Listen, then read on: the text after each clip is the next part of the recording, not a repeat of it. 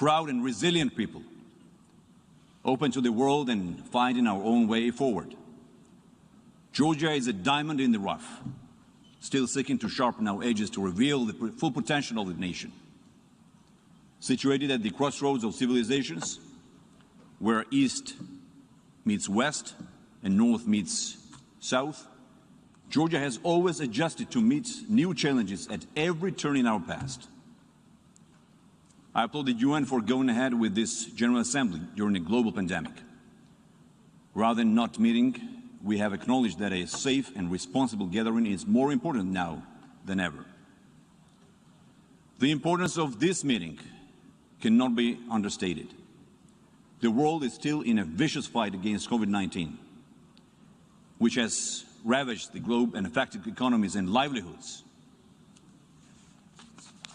As we continue our effort to build back better from the pandemic with a sense of unity, we have to come together to meet the needs of the world.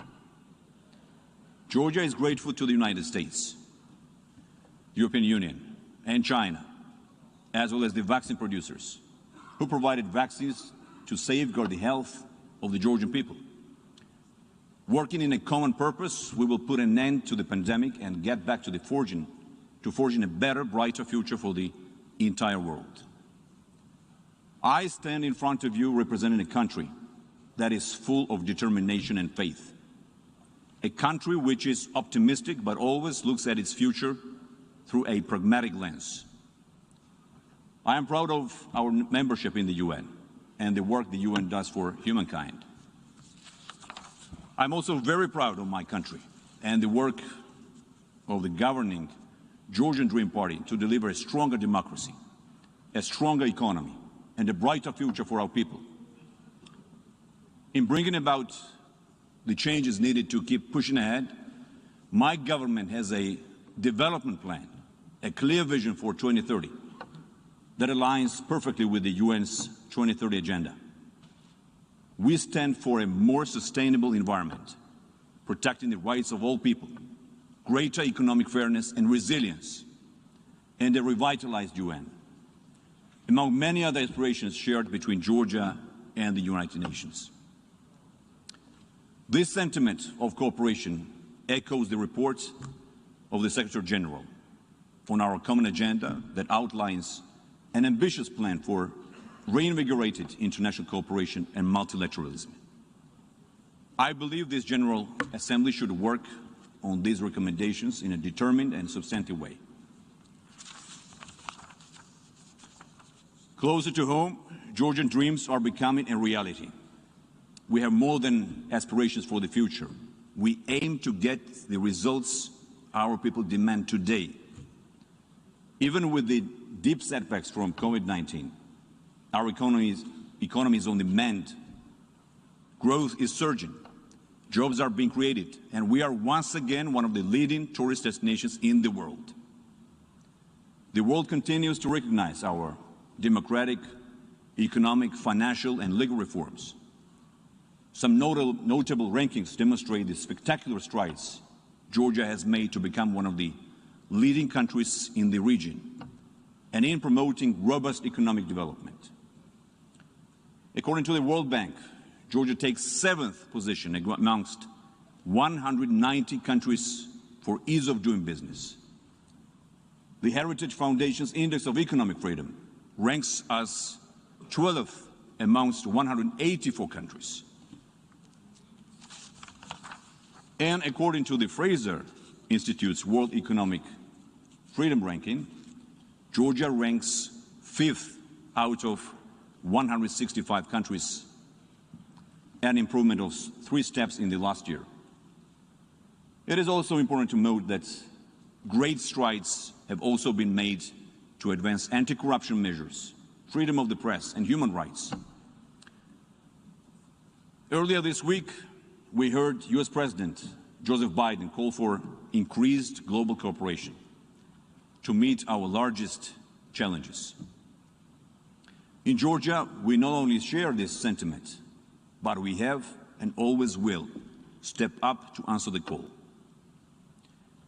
We may be a small country, but we have made outsized contributions to international security, fighting alongside our allies against terrorism and organized crime around the globe. We did so in Afghanistan, where 32 brave soldiers gave their lives and numerous others were injured for the cause of freedom and peace. Recently, we provided a transportation and logistics hub for thousands of evacuees from Afghanistan and facilitated over 60 flights, while also accepting workers from many global NGOs and IFIs to temporarily work out of Georgia. These actions underscore our response to the call for cooperation with our partners and the results that can be achieved when we work together.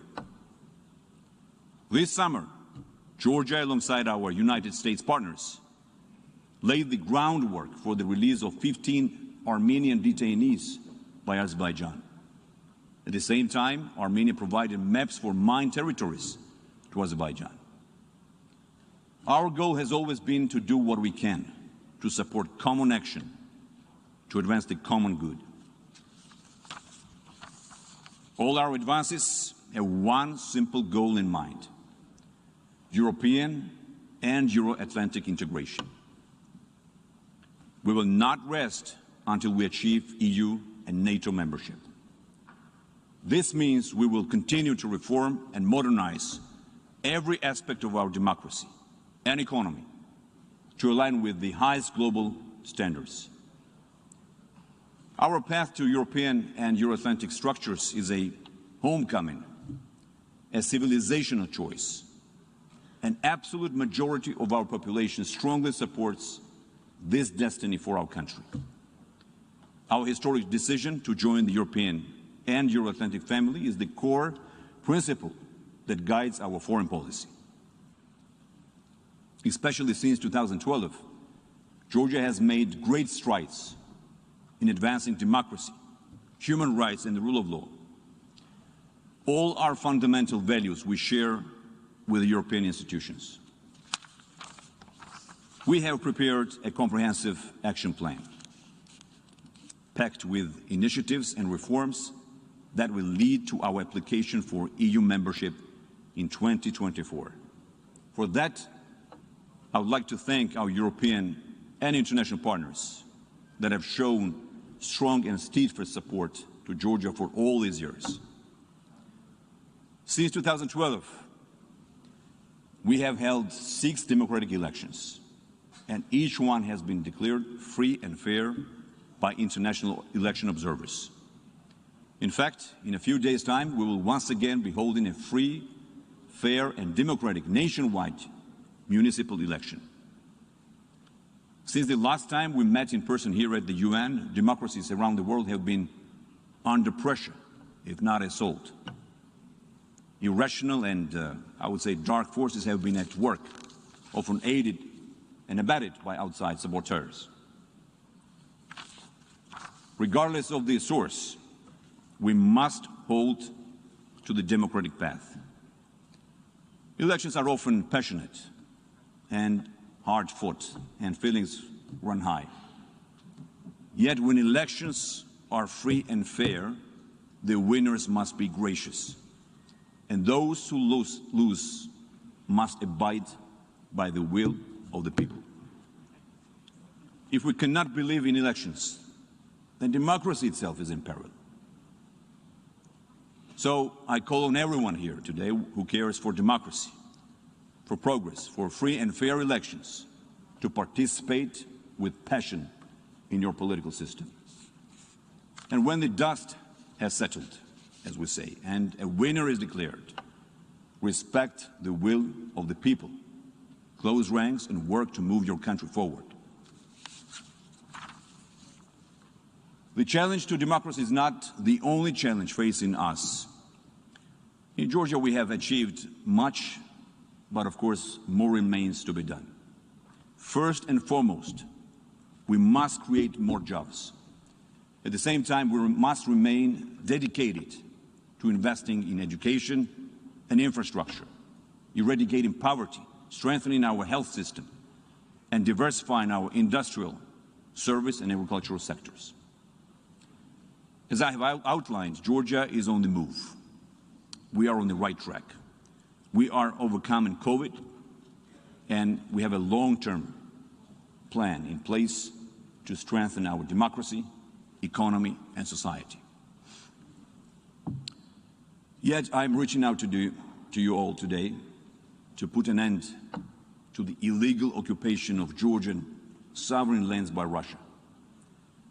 Not only is Russia occupying 20% of Georgian territory, but is also actively seeking to undermine our aspirations to join the European and Euro-Atlantic family. While our commitment to be a true global citizen is unstoppable and cannot be hindered by outside forces, the very freedom we have fought so hard for is being challenged every single day.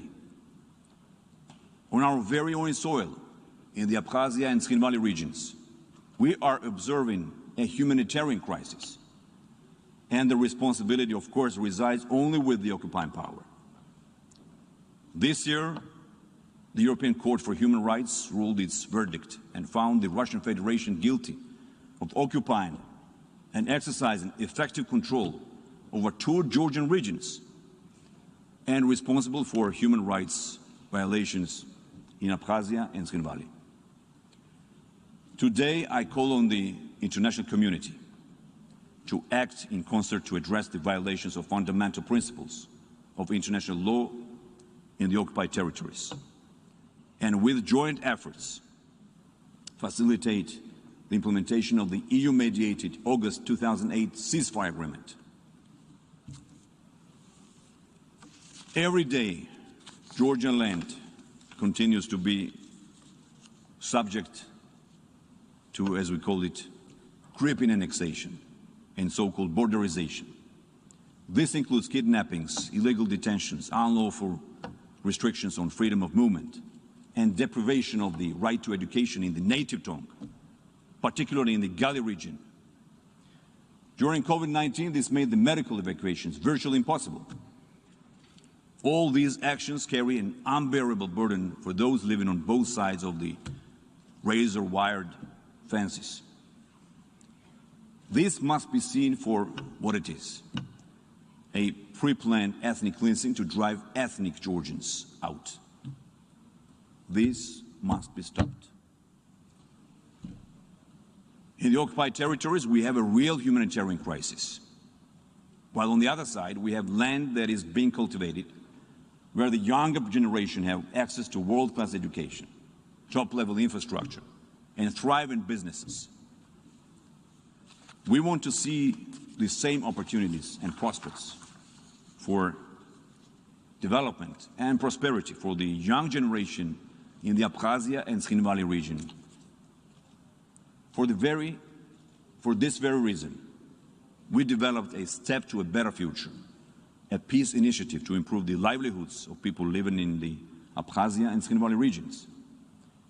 We believe that only through sustainable peace and security will our fellow citizens have a better future. It is through peace and stability that economies can start to thrive and our people prosper together. That is why I want to address our Abkhaz and Ossetian brothers and sisters and say that our true strength is in cooperation and unity, which is exactly why our foes want us divided and apart.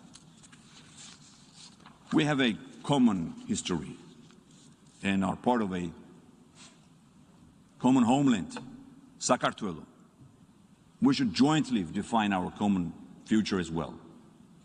We should build our country together and peacefully turn it into a truly democratic, prosperous, and future-oriented European society. From a geopolitical perspective, the Black Sea region is growing ever more than important. The Black Sea is on the front lines of a dynamic regional chess match. It is a microcosm of conflict management. And I would say that if we can maintain peace and stability here, we can do so elsewhere. Therefore, Our goal is to ensure peace and stability in the entire region. In the South Caucasus, I propose what I'm calling the Peaceful Neighborhood Initiative to promote stability in our region. This format will facilitate dialogue and confidence building and lead to the implementation of practical solutions to regional issues of common interest with our US and EU partners.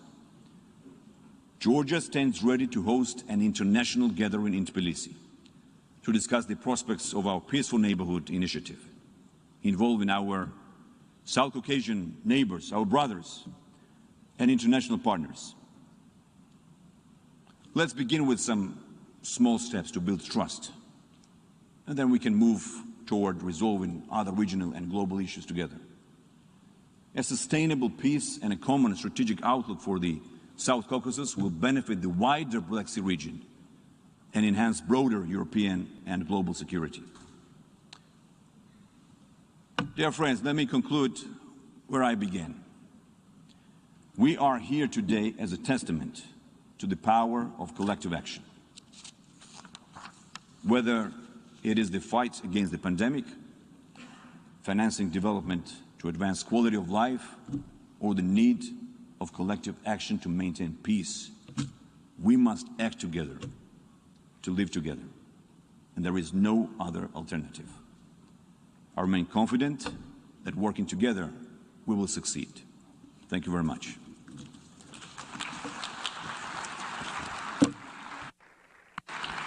On behalf of the General Assembly, I wish to thank the Prime Minister of Georgia for the statement just made, and I request protocol to escort His Excellency. I now give the floor to the distinguished representative of Australia to introduce an address by the head of government. Thank you, Mr. President. I have the high honour and distinct privilege to introduce the statement of the Honourable Scott Morrison MP, Prime Minister of the Commonwealth of Australia. Mr. President, it is a pleasure to give Australia's national statement to the General Assembly. Here in Canberra, I'm on the ancient land of the Ngunnawal people, one of Australia's many Indigenous peoples who have cared for this continent for 60,000 years. Our First Peoples remind us that caring for country and for each other is the essence of our shared humanity. The past year has been one of extraordinary adversity, as the world has struggled and dealt with the COVID-19 pandemic, and it continues to rage.